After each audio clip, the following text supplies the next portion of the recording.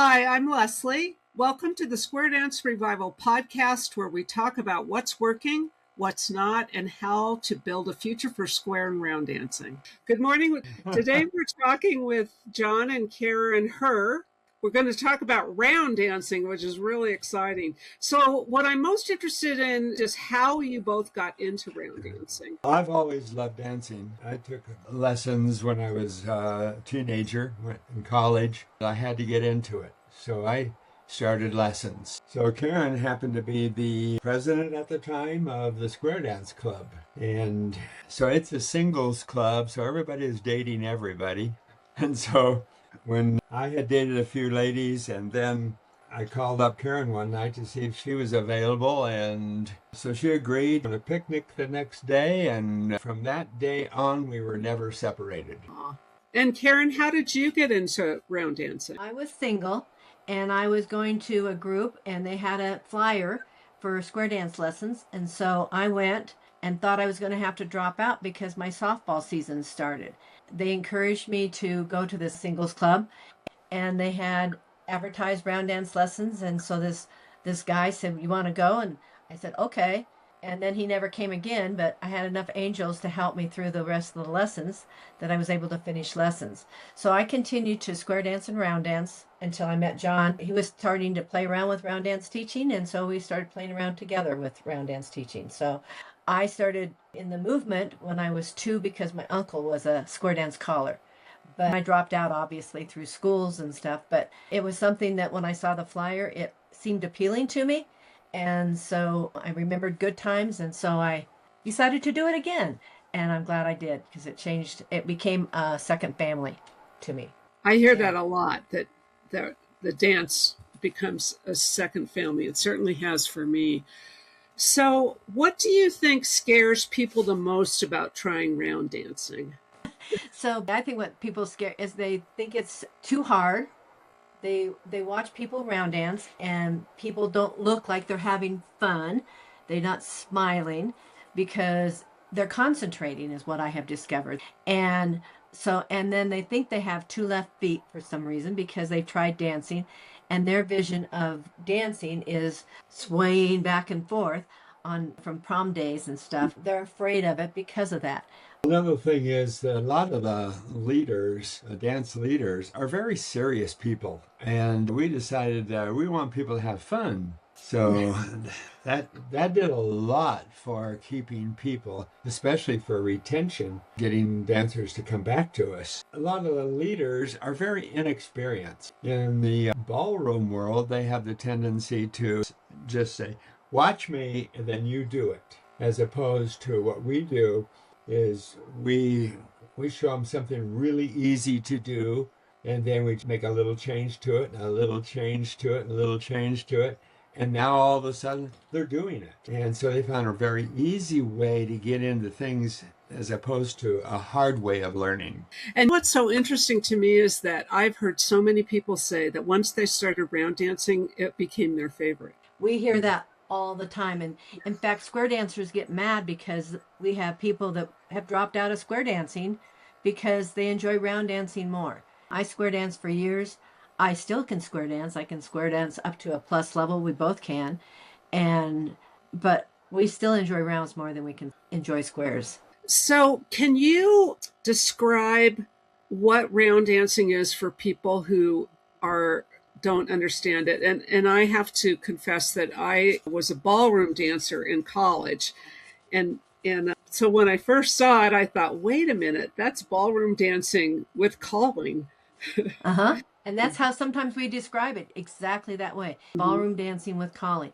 I like to tell some people sometimes that imagine the old movies and everybody's dancing the same thing in a circle. And they took those pictures in those old musicals and they were dancing in a circle. That's round dancing. The difference adding, there's somebody telling you what steps to do so the guys don't have to lead and they can just dance. The lady hears the same thing, so she knows what to do, so the guy doesn't have to lead. We're also very social. For example, we have special events, and one night we went out to a haunted hotel, and they had a small floor there, and so we put a dance together after a wonderful dinner at that hotel. They loved it so much, we had to put another one on another evening. So it's things like those special kind of things that we do and brings people together, creates new friendships. Another thing is we tell people that the dances we do, they've been pre-choreographed so they fit with the music. So when the music goes da-da-da-da, we do a dance that does da-da-da-da. And it's just wonderful to dance to that music. And that's what you see on, and that's kind of what round dancing does. They dance to the music. We don't do any lifts. We don't do any fancy. I can't lift them. So, but we do have some of that same fun stuff that they do on Dancing on the Stars. I'm reminded of the leg crawl with the Same stars. thing. The dancers love a leg crawl. Another nice thing we tell people is that because we're in a circle and we're flowing around the circle, we don't have collisions. People, in ballroom dancing, you got to be careful who's coming at you or who you're going to run into. Whereas none of that kind of stuff happens with round dancing. So it's safer. No Yeah. collisions. Right. And the other thing is it's non-pressure. That competition that ballroom creates is huge. That stress of it all. But I think the round dancing takes away that piece of competition, but we can do almost anything ballroom does, except for the lifts. And we don't have to wear naked clothes. A few sparkles here and there, maybe. Sparkle's good.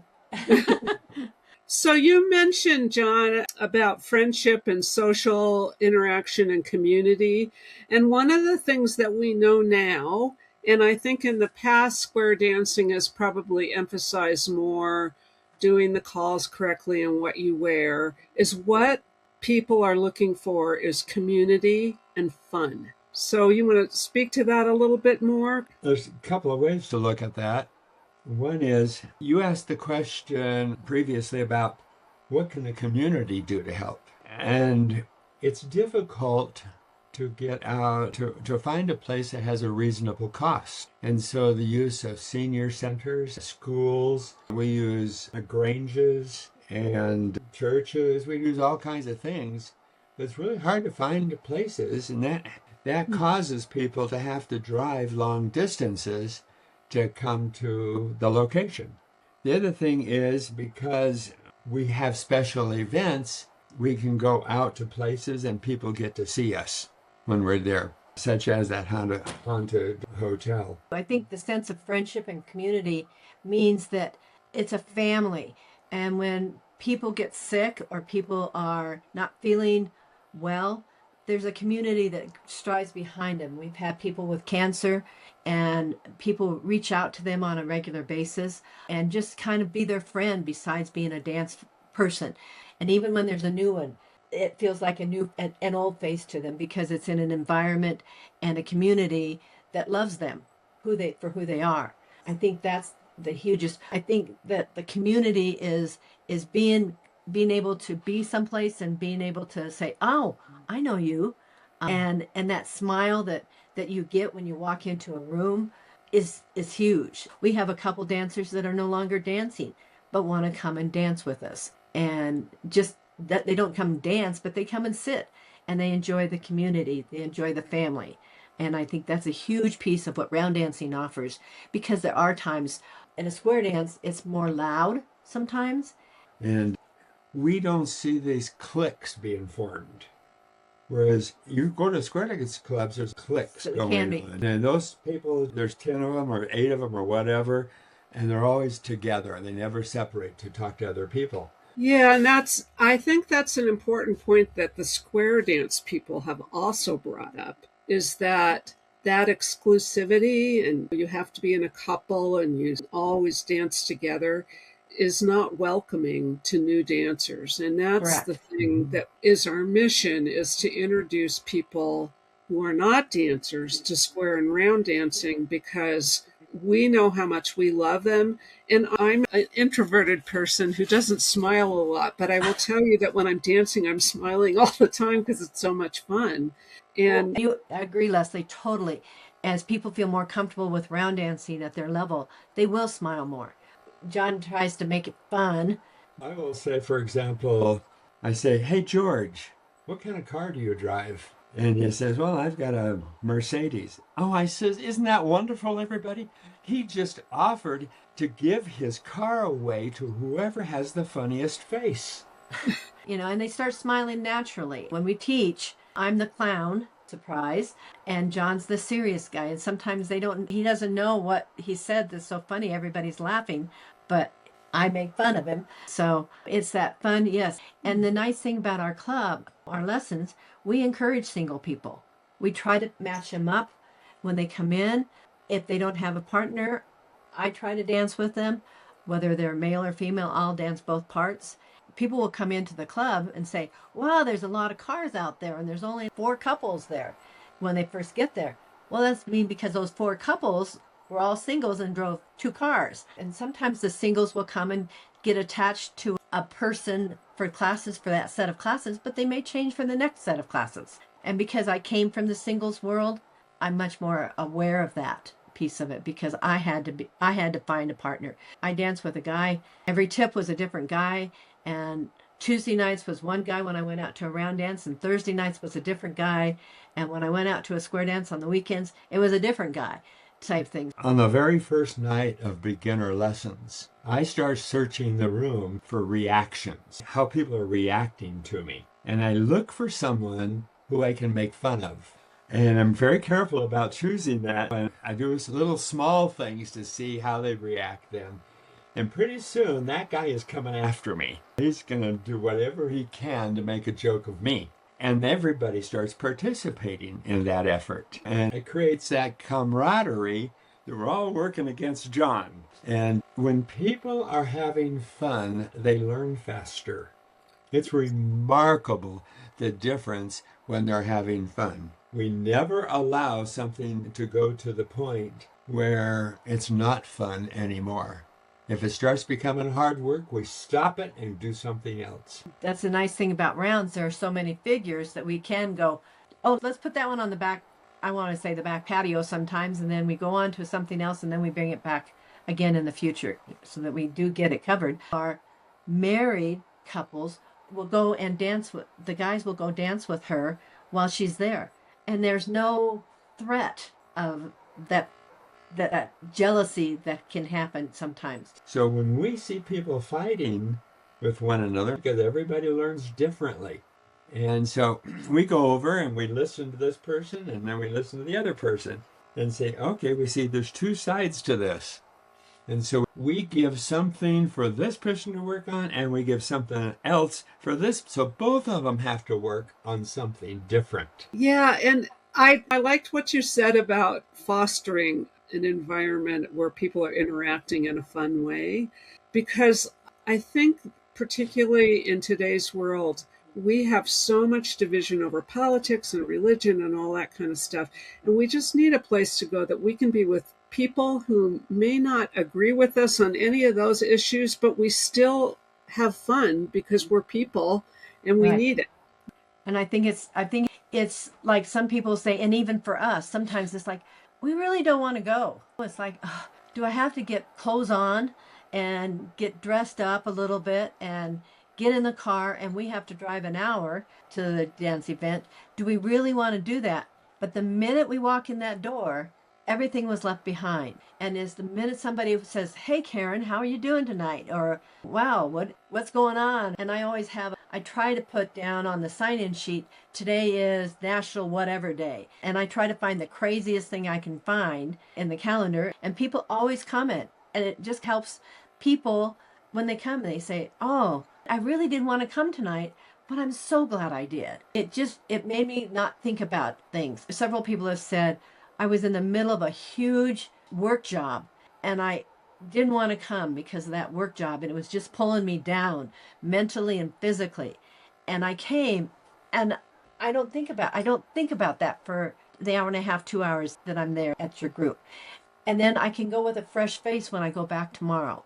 And I think that's something we offer that not everybody can offer. It's a place for them to escape from their real world for a few hours and then come back and replenish their innards and then go from there. For me, it's done the same thing. I was a teacher for many years, and I would leave school and go over and start teaching. And it's like I had conferences, I had kids with problems, I had parents with issues, and I could put it away for an hour or two. And then I could come back to it with a fresh face, fresh look at things again. And I think that's something that round dancing offers. The whole dance world, in fact, square and rounds, offer that to everybody. I'm not sure if you're aware that we teach schools. Have you heard that? Yes, I heard about it. And you teach lessons quite often through the week. You've got Almost every night. We run a school, and we can do it a 20-hour curriculum, or we can do a 40-hour curriculum, and people will come from all over to go to the school. And we start at 9 o'clock in the morning. We go to 9 o'clock at night. Only time off to eat. But one of the things that we do at that school is teach this kind of stuff that we're talking about. How to have fun, how to solve problems with people when people are, there's all kinds of problems. And inexperienced teachers don't know how to deal with that. And so we teach them how to deal with those issues. We teach lessons. We have beginning lessons, we have intermediate lessons, and we have advanced lessons. Then we also do teaching of teachers. We teach teachers how to teach. You won't find us at home very often. Scientists have actually done research on dancing, and I think because you're moving your body, you're having to use your mind because you have to totally focus on the dancing. You can't be thinking about a problem that you'll have next week or in a week ago. That's what lifts your mood because your brain is focusing, your body is moving, and it's really a wonderful thing. Scientists also have proven that dancing helps curtail Alzheimer's and early dementia more because you are exactly that brain and body movement together creates something in the brain that helps not those little neurons that float around up there that can create problems for you. Yes, it's amazing what dancing can do for you personally, mentally, physically. When someone finally gets it, and I know how that feels because I was trying to learn. We don't have lessons very much down here, so I learned the waltz from Randy Pratt this weekend, and I finally got it, and I could actually go through the whole dance and starts to love round dancing. What moment do you think usually triggers that? One is when we're dancing and we're turning in our dancing, we need to keep our heads to the left. That helps us to turn. And so we're constantly saying, heads left, heads left, heads left, all over, so many times. And they just don't do it. And then they go to some other teacher. And then they come back and say, guess what we just learned? We learned that turning our heads left helps.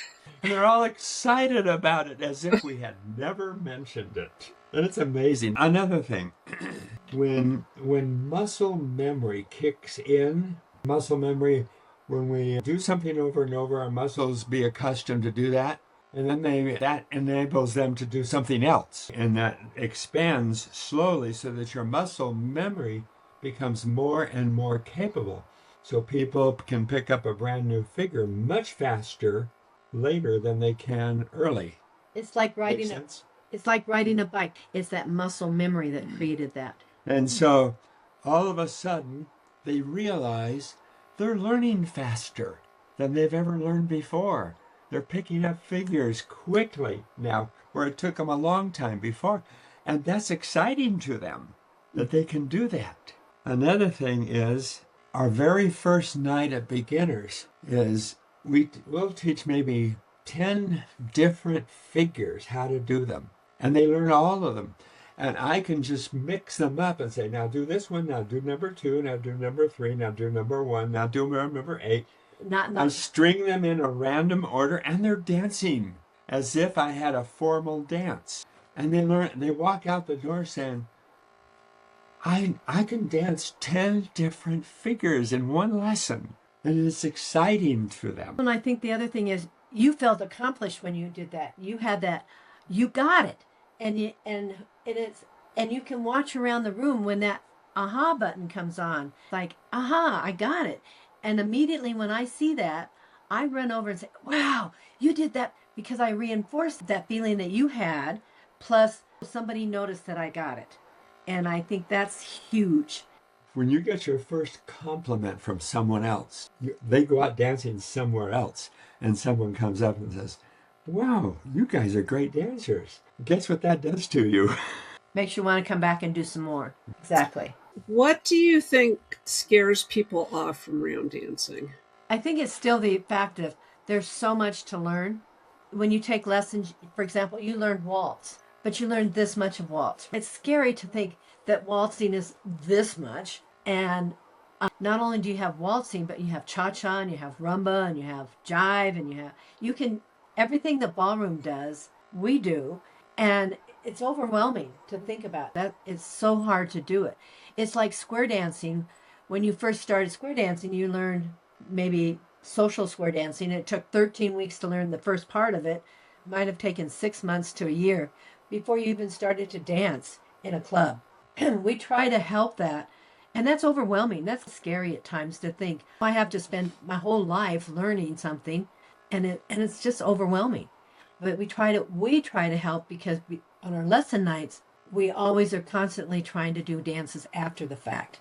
And it's very difficult to get them over that hump that when they think they can't do it. And so we strive to work on that, specifically when we know that that person has that feeling up here. And we have turned around so many different people who said they couldn't do it, and they became good dancers. And so it's very scary when they think that way. And they're going to be dragged there and put through horrors because they can't. And I'll be an example.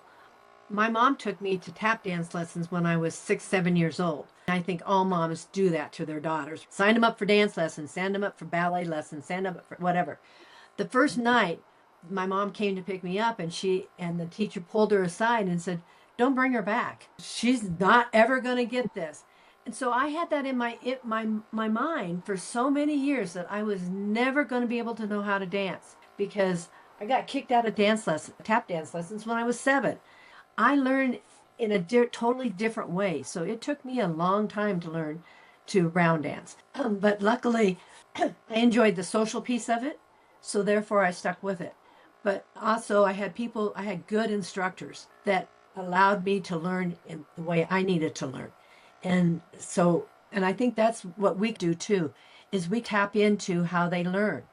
We try to say, I'm a teacher by trade, so therefore I have a lot of that training of auditory, visual, and kinesthetic learners. So I can usually pick out a person, what kind of learner they are, within the first night or 2 nights of lessons. And then if they're struggling, I will try to teach it to their strength. So if they're a visual learner, I will make sure that they are doing that. If they're audio, I'm trying to tell it more. If they're kinesthetic, I will do some things that I have tricks of. or we'll go up and actually, I will take the lady and dance it with her so she can feel it. It's a kinesthetic. And so we try to use all of those things to help those people that say, I'm never going to learn to round dance. Because that's our biggest battle. It's not dancing per se. It's their belief they're never going to be able to do it. And we have to overcome that with our teaching style and our fun way of doing things. That's a big issue in our schools. We teach our students how to recognize those 3 things and then how to mitigate that issue by the way we approach our teach. That is so important that you brought that up, because I'll tell you my experience. I'm a conceptual learner, which means that I struggle at the beginning to put the bits together. But the moment they come together, I get it and I can learn really fast. And what I noticed is when I took square dance lessons, the person spoke through the steps and I kept saying, "Show me." And I don't think a lot of people understand that not everybody learns exactly the same, and you have to try a lot of different things. When I was in junior high, I took Spanish because I grew up in Southern California. Spanish is really important. And the teacher after the first week, told me that I couldn't take Spanish because I couldn't roll my R's. And I had to transfer into French, which I've never used other than to understand French words when I see them. Years later, I took a class from somebody who was from Mexico, And she heard my story and she said, there's a lot of people who speak Spanish in Mexico who cannot roll their R's. Don't you wish you'd been told that earlier? It's sort of like that somebody makes a judgment because you can't immediately do something that you can never do it.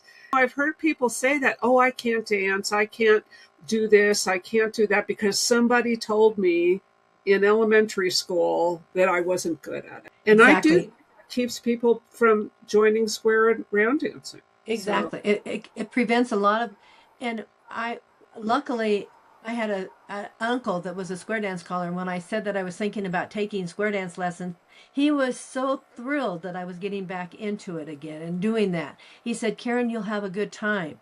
Even if you can't dance, you can have a good time. And he said, I don't know where you got the idea that you can't dance. But if you come and talk to me, I'll teach you how to dance. So I had a backup. So if I couldn't succeed at the lessons, my uncle said he was going to help me. And along that line, when we take breaks, we see people standing over on the side trying to learn that thing we just taught. They're struggling with it. And we'll walk up and spend time with them, individual, one-on-one, to help them get over that hump. And if I hear stories what you just said, and I try to show them ways that they are dancing, even if they're not truly doing Dancing with the Stars concept of dancing. Dancing is having fun. Dancing is enjoying each other. Dancing is enjoying the music.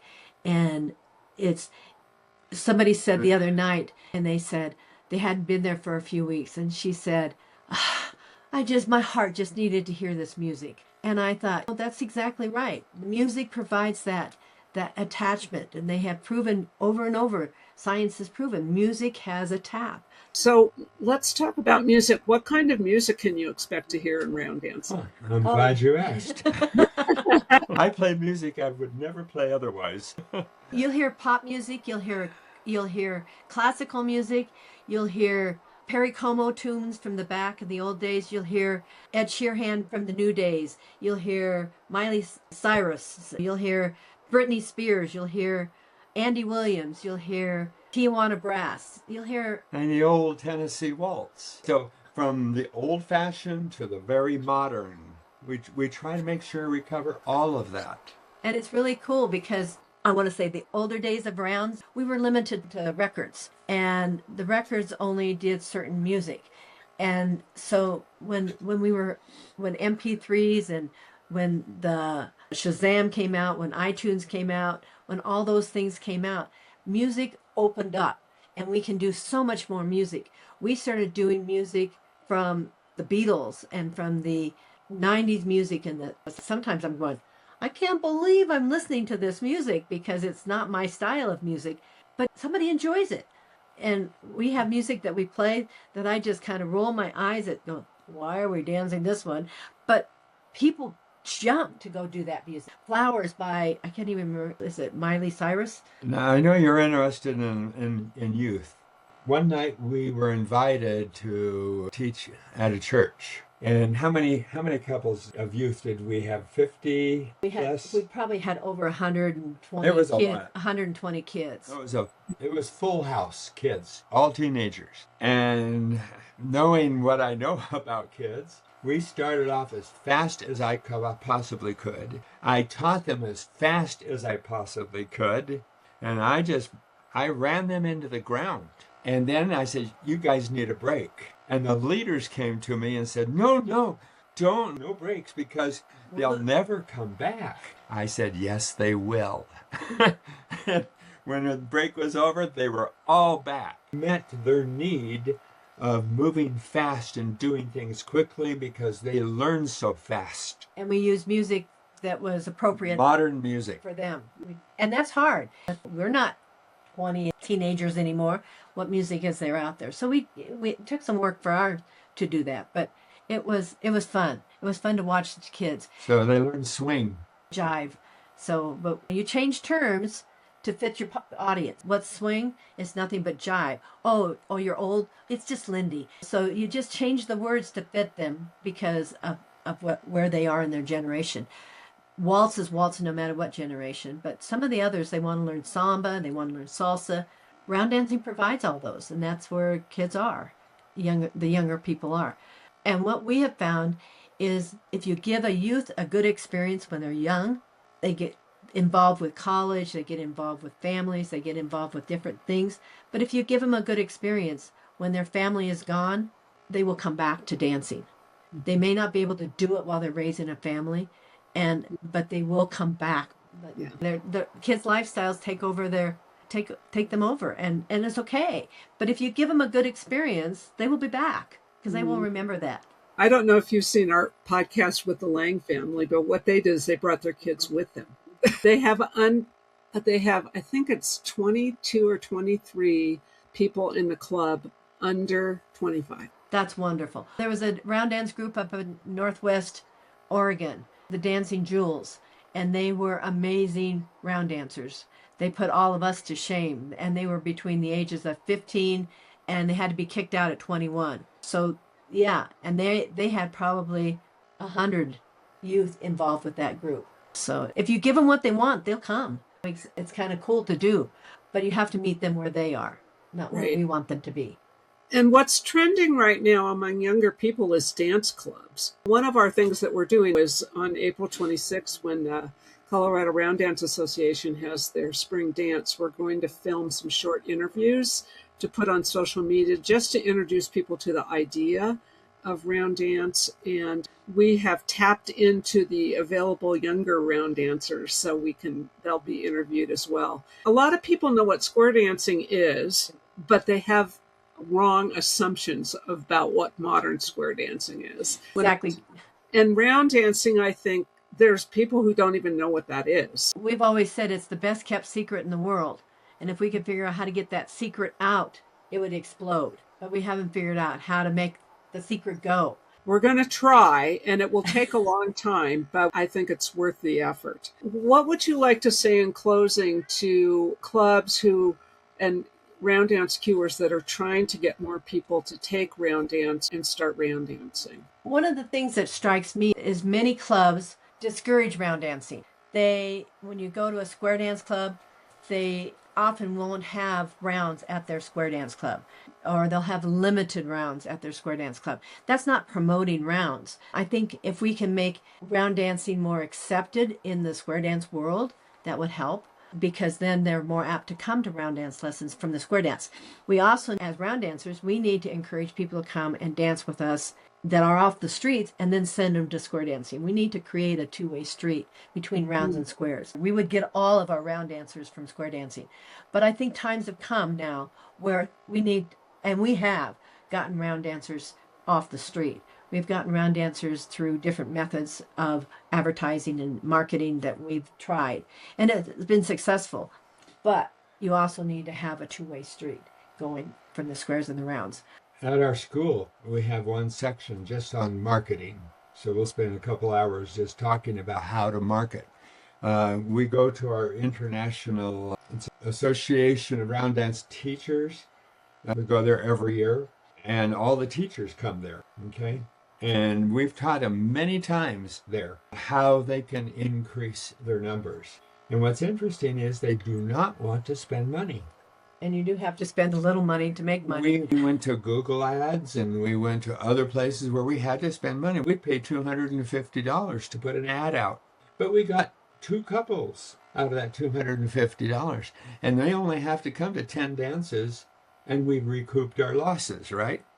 And they stuck with us. But most of them are scared to put money into the effort of advertising. We've got a document that tells people all the different kinds of things they can do to market their activity. But they don't use it. Putting up a website, for example, and then you can put ads out somewhere and just says, go to the website. And that advertising website helps, but they won't do it. It's tough. There are some people who are really enthusiastic about building their clubs, but there are a lot of people who don't want to do those things. Or I think it was last year I was at a festival in New Mexico, and a guy came up to me and said, we spent $600 on flyers and got nobody. Flyers don't work anymore. Oh. One of the things we're doing at Square Dance Revival is putting this material out there, how to advertise, how to create a free website, and what to put on it.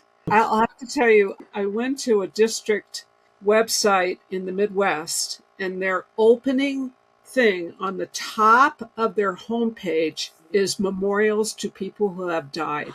That's not encouraging to new dancers. No, So we've got to think more about what's going to attract new dancers, fun and community, exactly. and focus on that. So how to do a good photo, do a good video from your phone and that kind of thing. But you've got to do it.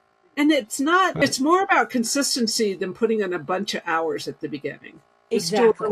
Another example of what we do is we have a giant banner and it says, Learn to Dance, $15. And it sits on the top of our building. And all the highway goes by there and a street goes by there.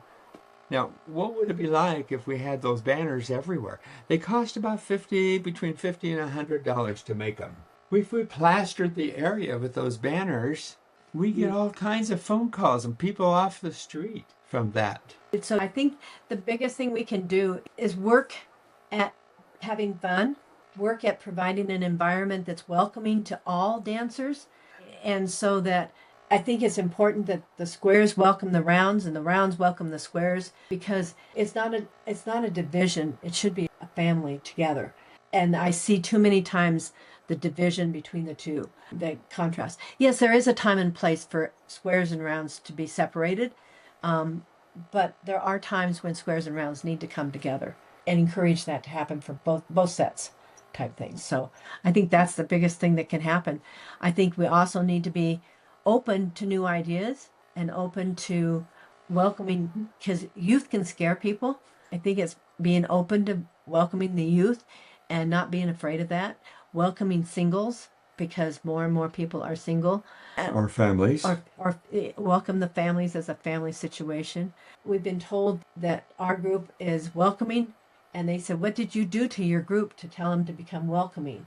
I think basically it's because John and I are welcoming. If anybody goes to the hospital, if anybody gets sick, if anybody doesn't show up, No, they get a card from the group. not just a few, but even people who don't know them sign it. It was uplifting for them. And I think it's that whole welcoming, that they walk in the door and you say hello. It's there's somebody to say, hey, we're glad you're here. And when they pay for coming in, we don't watch the money. They know we don't care about money. They don't pay us tonight. We know they'll pay next time. It's like that's the kind of things that they do because they feel part of the family. It's like they're taking We're not in this. They know we're not in this just for money. and they know, but we have to pay for certain things. So It's a love that we share. Oh, So- I love that. Thank you so much. We'll see you on thank the 26th. If you believe in the fun, friendship, and community of square and round dancing, help us to introduce it to a new generation. Visit squaredancerevival.org to support our national outreach campaign. Click on the button on the right side of the homepage, Help Us Reach More Dancers. Thanks for listening, and we'll see you in a round or a square.